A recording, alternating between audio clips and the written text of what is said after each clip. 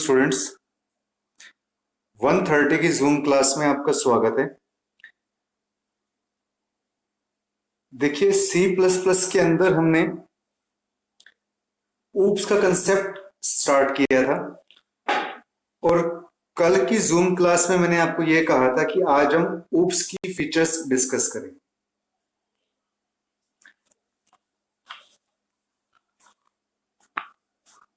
तो इसमें अब देखिए, आपके पास ऊप्स किसे हम कहते हैं। The major purpose of C++ programming is to introduce the concept of object orientation to the C programming language. तो C++ प्रोग्रामिंग का मेन पर्पस क्या है? C प्रोग्रामिंग लैंग्वेज के अंदर ऊप्स के कंसेप्ट को इंट्रोड्यूस करना। Object oriented programming is a paradigm that provides many concepts. Oops के अंदर हम कुछ कंसेप्ट्स यूज करते हैं, जैसे इनहेरिटेंस हो गया, डाटा बाइंडिंग, पॉलीमॉर्फिज्म एटसेट्रा। ये ऊप्स के कंसेप्ट होते हैं आपके। The programming paradigm where everything is represented as an object. जिस प्रोग्रामिंग के अंदर हम हर एक चीज को ऑब्जेक्ट की फॉर्म में रिप्रेजेंट करते हैं, is known as truly object oriented programming language.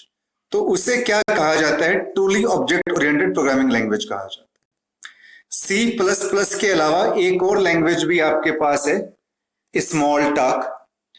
Small talk is also a first truly object oriented programming language.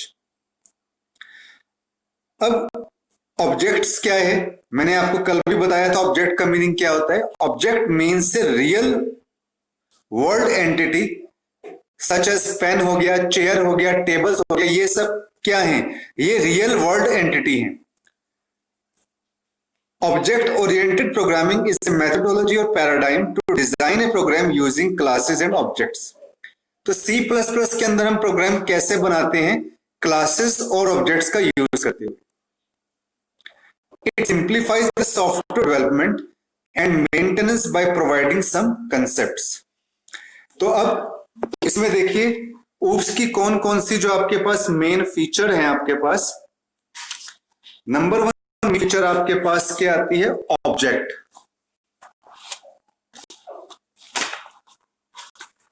Main feature आपके पास क्या है? ऑब्जेक्ट है।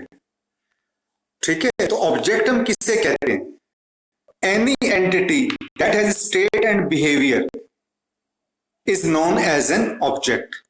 For example, chair, pen, table, keyboard, bike etcetera, it can be physical and logical.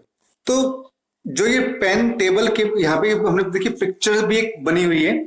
तो ये जो सब चीजें, जैसे बाइक हो गया, पेन हो गया, कीबोर्ड हो गया, ये सब क्या है? ऑब्जेक्ट्स हैं। और इन ऑब्जेक्ट्स की, हर ऑब्जेक्ट की एक स्टेट एंड बिहेवियर होता है, जिसको हम क्या बोलते हैं? इन दोनों को मिला के हम क्या बोलते हैं? ऑब्जेक्ट बोलते हैं।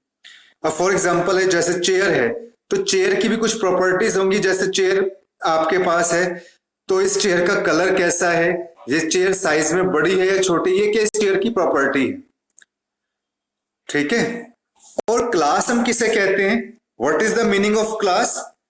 Collection of objects is called classes. कई सारे ऑब्जेक्ट्स को मिला के क्या बनती है? क्लास बनती है। It is a logical entity, और ये क्या एक लॉजिकल एंटिटी है। यानी कि जो ऑब्जेक्ट है वो क्या है? क्लास का एग्जाम्पल है। और क्लास किसे बोलते हैं? A class is a group of objects.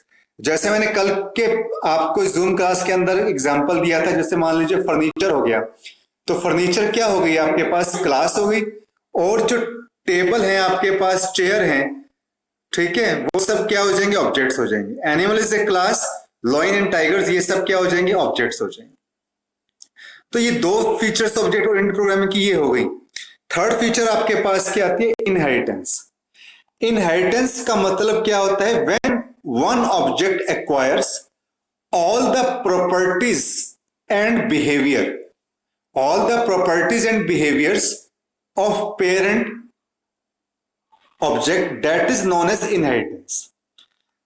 It provides code usability. It is used to achieve runtime polymorphism. तो इनहेरिटेंस का मतलब क्या होता है कि अगर आप किसी की प्रॉपर्टी को इनहेरिट करते हो, फॉर एग्जाम्पल एक चाइल्ड है, तो चाइल्ड क्या करेगा, अपने पेरेंट्स की प्रॉपर्टी को इनहेरिट करेगा। तो इस कंसेप्ट को हम क्या बोलेंगे, इनहेरिटेंस। और C++ की लैंग्वेज में हम इसे किस तरीके से समझेंगे, when one object acquire all the properties and behaviors of parent object। जब एक ऑब्जेक्ट दूसरे ऑब्जेक्ट की प्रॉपर्टीज को एक्वायर करता है तो इस कंसेप्ट को हम क्या बोलते हैं, inheritance.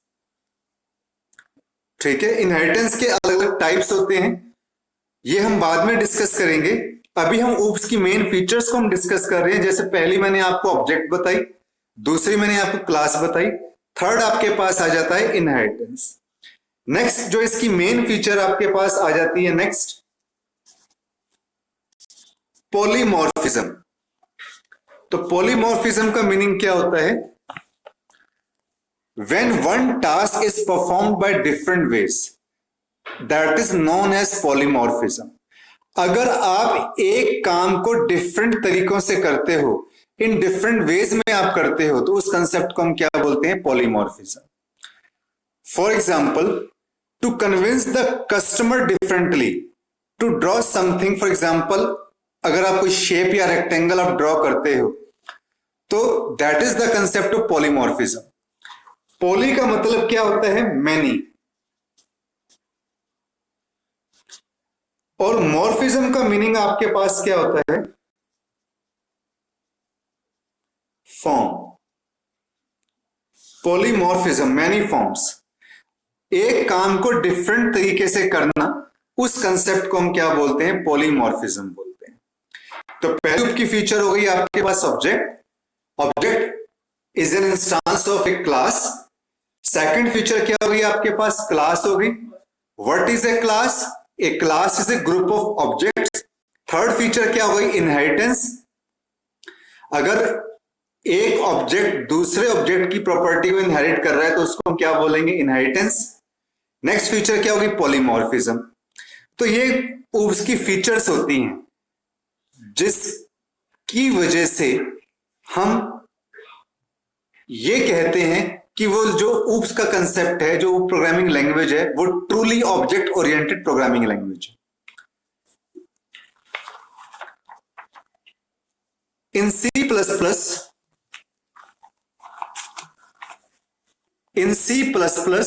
we use function overloading and function overriding to achieve polymorphism। polymorphism के कंसेप्ट को हम दो तरीके से अंडरस्टैंड करेंगे, एक तो फंक्शन ओवरलोडिंग की हेल्प से, दूसरा फंक्शन ओवरराइडिंग की हेल्प से। नेक्स्ट आपके पास आता है abstraction. What is the meaning of abstraction, hiding internal details and showing functionality is known as abstraction. अब स्टूडेंट्स, जैसे अगर आप न्यूज चैनल पे आप न्यूज देखते हो, तो जो स्टार्टिंग में हेडलाइंस आती हैं, इससे आपको ये पता चल जाता है कि वो न्यूज किस बारे में है। तो जो उसकी एक ब्रीफिंग है, that is the abstraction. For example, phone call we don't know the internal processing. अब इसको हम इस तरीके से मैं एक्सप्लेन कर सकता हूं कि जिस तरीके से आप घर पे वॉशिंग मशीन ऑपरेट करते हो, आपका काम क्या है, जस्ट उस वॉशिंग मशीन को चलाना और क्लोथ्स को वॉश करना। आपको यह जानने की जरूरत नहीं है कि वो उसकी प्रॉपर उसकी इंटरनल फंक्शनिंग क्या है, कि वॉशिंग मशीन काम कैसे करती है, आपने ये नहीं जानना। आपने उसको ऑपरेट करना है और आपने जस्ट कपड़े धोने, आपकी उसको इंटरनल वर्किंग जानने की जरूरत नहीं है कि उसकी फंक्शनिंग कैसे होती है। तो this is the concept of abstraction. Okay, next concept आपके पास आता है एनकैप्सुलेशन। एनकैप्सुलेशन का मतलब क्या होता है, बाइंडिंग और wrapping code and data together into a single unit. Binding और wrapping code and data together into a single unit is known as encapsulation. आप मार्केट में जाते हो, मेडिसिन परचेज करते हो, आप कैप्सूल परचेज करते हो, आपने और कैप्सूल आपने लेना है, उस कैप्सूल के अंदर क्या होता है कि जो उस कैप्सूल के अंदर आपके पास मेडिसिन होती है, जो इसमें वो दवाई होती है, वो क्या होती है, उसमें बंद होती है, उसमें रैप होती है। तो ये फीचर क्या है, ये फीचर क्या कहलाती है, एनकैप्सुलेशन। तो सी प्लस प्लस के अंदर इसमें क्या होता है, जो कोड होता है और जो डाटा होता है उसको हम रैप करके रखते हैं। तो जो प्राइवेट डाटा होता है वो क्या होता है, यूजर्स के लिए हाइड होता है। तो इस कंसेप्ट को हम क्या बोलते हैं, एनकैप्सुलेशन।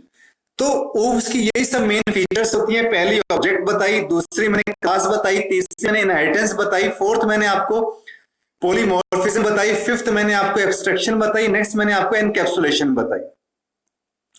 अब ऊप्स के एडवांटेज क्या है?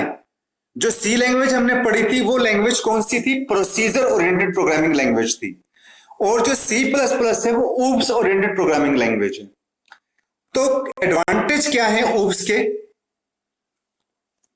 और प्रोसीजर ओरिएंटेड प्रोग्रामिंग लैंग्वेज? सबसे पहला एडवांटेज क्या है कि OOPs make development and maintenance easier, whereas in procedure oriented programming language it is not easy to manage if code grows as project size grows. जैसे मैंने आपको पहले भी बताया था स्टूडेंट कि अगर प्रोसीजर ओरिएंटेड प्रोग्रामिंग जो लैंग्वेज है वो छोटे प्रोग्राम्स के लिए तो ठीक है, छोटे प्रोजेक्ट्स के लिए तो ठीक है, बट जहां पे अगर आपका प्रोजेक्ट का साइज ग्रो होता है, बढ़ता है, वहां पे सी लैंग्वेज सुटेबल नहीं है। तो वहां पे हमें कौन सी लैंग्वेज यूज करनी पड़ेगी, सी प्लस प्लस। ठीक है। सेकंड फीचर क्या आती है, OOPs provide data hiding. OOPs क्या करता है, डाटा हाइडिंग की फैसिलिटी भी प्रोवाइड करता है, whereas in procedure oriented programming language a global data can be accessed from anywhere. अब सी लैंग्वेज के अंदर हम डाटा को हाइड नहीं करके रख सकते थे, बट ऊप्स के अंदर एक फैसिलिटी हमारे पास है कि आप इसमें डाटा को हाइड करके रख सकते हो, सिक्योर करके रख सकते हो। That is the encapsulation. Third feature है, OOPs provide ability to simulate real world event much more effectively. तो जो ऊप्स लैंग्वेज की मेन फीचर ये भी होती है कि रियल वर्ल्ड इवेंट के ऊपर बेस करती है। जिस तरीके से हम एक रियल वर्ल्ड इवेंट की प्रॉब्लम को सॉल्व करते हैं, we can provide the solution of real world problem if we are using the object oriented programming language. आजकल क्या होता है, जो प्रोग्राम्स बनाए जाते हैं, जो प्रोजेक्ट्स बनाए जाते हैं, वो रियल वर्ल्ड एंटिटी को ध्यान में रखकर बनाए जाते हैं। तो सी प्लस प्लस लैंग्वेज जो है और उसके अंदर जो ये ऊप्स का कंसेप्ट है, ये इसमें काफी हेल्पफुल होता है। तो ये ऊप्स की फीचर थी और ये बेनिफिट्स होते हैं। कोई आपसे ये भी पूछ लेता है कि what is the difference between C and C plus plus, और सी प्लस प्लस किस तरीके से हमारे लिए बेनिफिशियल है कंपैरिजन टू सी। तो जो सी लैंग्वेज है वो आपकी प्रोसीजर ओरिएंटेड लैंग्वेज है। इसमें बड़े प्रोग्राम को समझना, बड़े प्रोजेक्ट को समझना हमारे लिए मुश्किल हो जाता है, जबकि इस कंसेप्ट को हम सी प्लस प्लस के थ्रू इजिली से समझ सकते हैं। और कल मैंने आपको एक प्रोग्राम भी बताया था,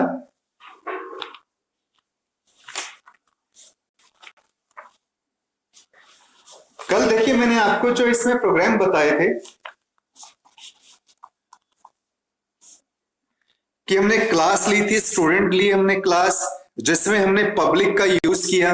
और पब्लिक के बारे में हमें क्या बताया था कि जो डाटा मेंबर्स जैसे मार्क्स है, कि अगर ये आपका पब्लिक है तो इसको आप क्लास के बाहर डायरेक्टली असेस नहीं कर सकते। ठीक है ना, आप इसको मेन फंक्शन के अंदर आप असेस करते हो। लेकिन आज मैं आपको यह बताऊंगा कि अगर हम पब्लिक की जगह यहां पे हम प्राइवेट लिख लें, अगर हमारा डाटा मेंबर प्राइवेट हो, then what will you do, तब आप क्या काम करोगे? क्योंकि पब्लिक डाटा मेंबर्स को तो आप क्लास के बाहर डायरेक्टली असेस कर सकते हो। In case of private data members, हम जो हमारे डाटा मेंबर्स उनको हम डायरेक्टली असेस नहीं कर सकते। उनको असेस करने के लिए हमें मेंबर फंक्शंस की जरूरत पड़ेगी। इस तरीके का एक प्रोग्राम मैंने आपको यहां पे करवाया भी था कि हमने क्लास ली यहां पे डेट, जिसमें हमने पब्लिकली 3 डाटा मेंबर्स लिए, और मेन फंक्शन के अंदर देखिए हमने डेट क्लास को यहां पे डायरेक्टली असेस कर लिया, क्योंकि क्लास तो आपकी यहां बंद हो गई ना। बट जैसे मैंने अभी आपको बताया कि अगर मैं यहां पब्लिक की जगह प्राइवेट कर दूं, क्योंकि स्टूडेंट आगे जाके तो आपको अपने इस डाटा को प्राइवेटली रखना होगा ना, क्योंकि अभी हमने उसकी फीचर पढ़ी कि हमें सिक्योरिटी प्रोवाइड करता है, हमारे डाटा को हाइड करके रखता है। तो अगर आपको अपने डाटा को हाइड करके रखना है तो उसको आपको एज ए प्राइवेट यूज करना पड़ेगा, ठीक है। तो इस केस में हम क्या काम करेंगे, तो मैं अब आपको यह बताऊंगा कि हम प्राइवेट डाटा मेंबर्स को क्लास के बाहर कैसे असेस करते हैं थ्रू मेंबर फंक्शंस। तो अब देखिए, एक क्लास हमने यहां पे यूज की, क्लास का नाम मैं क्या ले लेता हूं, डेट, ठीक है। यहां पे अब आप क्या लिखोगे, प्राइवेट। स्टूडेंट्स अब प्राइवेट लिखो या ना लिखो, बाय डिफॉल्ट वो प्राइवेट ही माना जाएगा, ठीक है। अगर आप पब्लिक नहीं मेंशन करते तो वो प्राइवेट ही माना जाएगा। इसके अंदर मैंने डाटा मेंबर लिया है एज यूजुअल, जैसे मैं पहले बताया था, int day, int month, int year, ठीक है। अब इन प्राइवेट डाटा मेंबर्स को असेस करने के लिए मैं क्या करूंगा, पब्लिक मेंबर फंक्शन लूंगा। तो मेंबर ये तो क्या होगा स्टूडेंट, इसको तो आप बोलोगे डाटा मेंबर्स। पिछले लेक्चर्स जरूर देख लिया करो स्टूडेंट यूट्यूब के ऊपर अगली जूम क्लास देखने से पहले, ताकि कंसेप्ट आपको इजीली समझ में आ सके। और एक बार में स्टूडेंट ये कंसेप्ट समझ में नहीं आ सकता, ये आपके लिए न्यू है। आप एक ही उस लेक्चर को आप बार बार देखो तो आपको बात क्लियर हो जाएगी। पब्लिक के अंदर आप आपने क्या किया, मेंबर फंक्शन आप बनाओगे, वॉइड गेट डेट, हमने जैसे ही बना लिए इस तरीके से हमने लिखी है, तो इसको हम क्या बोलेंगे, मेंबर फंक्शन। इसको आप इस तरीके से क्या बोलते हो, मेंबर फंक्शन। और हम क्यों यूज करते हैं, प्राइवेट डाटा मेंबर्स को असेस करने के लिए। I repeat, private data members को असेस करने के लिए हमें पब्लिक मेंबर फंक्शन की जरूरत पड़ती है इन C++। तो सी आउट में आपने यहां पे आप अपनी तरफ से वैल्यू इनपुट भी करवा सकते हो, एंटर डे, जैसे आपने डे इनपुट करवा लिया, फिर सी आउट।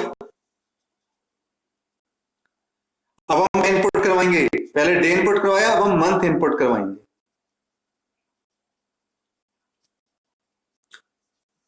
सी इन सी आउट आपको पता ही है।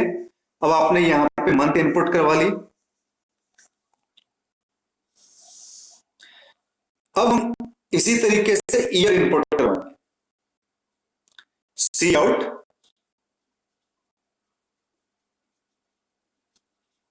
एंटर ईयर, सी इन ईयर। तो गेट डाटा के अंदर हमने यहां पे इस मेंबर फंक्शन को हमने यहां पे यूज किया। एक मेंबर फंक्शन हम और बना लेते हैं। अब जो डाटा मैंने इनपुट करवाया, मुझे डाटा डिस्प्ले भी तो करवाना है, तो हम यहां पे बना लेते हैं पुट डेट, कि उस डेट को मैं क्या करूंगा, प्रिंट करवा दूंगा। तो हम क्या लिख देंगे यहां पे, cout to this date is, क्या लिखूंगा मैं जस्ट यहां पे, अब कल की तरह मैं टुडे डॉट डे नहीं लिखूंगा, जैसे मैंने कल बताया था, डे, मंथ,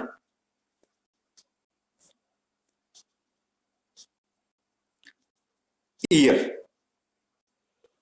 एक मेंबर फंक्शन ये हो गया। तो हमने यहां पे इस प्राइवेट डाटा मेंबर्स को कैसे असेस किया, पब्लिक मेंबर फंक्शन से। अब हमने इनको असेस तो कर लिया, अब हमारा काम क्या रहता है, इन मेंबर फंक्शंस को कॉल करना। तो अब हम इन मेंबर फंक्शंस को कॉल करेंगे मेन फंक्शन के अंदर, वॉइड मेन कॉल, यूज कर लेना।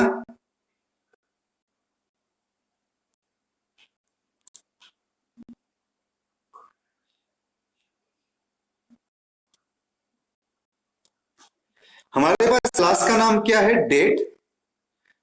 ऑब्जेक्ट बना लिया हमने इसका टुडे, क्योंकि class is a group of object. अब हम यहां पे इसको क्या कर लेंगे, कॉल कर लेंगे टुडे डॉट गेट डाटा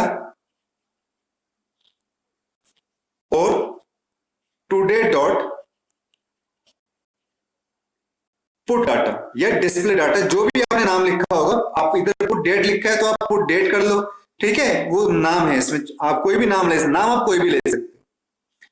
तो ये जो हमने प्रोग्राम डिस्कस किया, ये हमने किया प्राइवेट डाटा मेंबर्स और पब्लिक मेंबर फंक्शन की हेल्प से।